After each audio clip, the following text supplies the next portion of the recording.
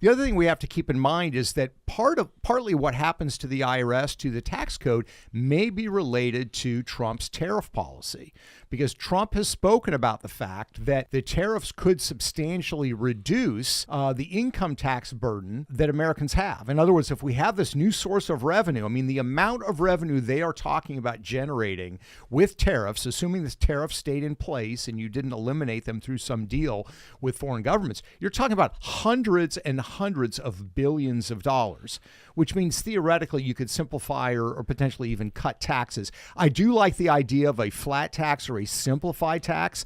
The people who aren't going to like it are the IRS and tax attorneys and tax accountants, because they need complexity.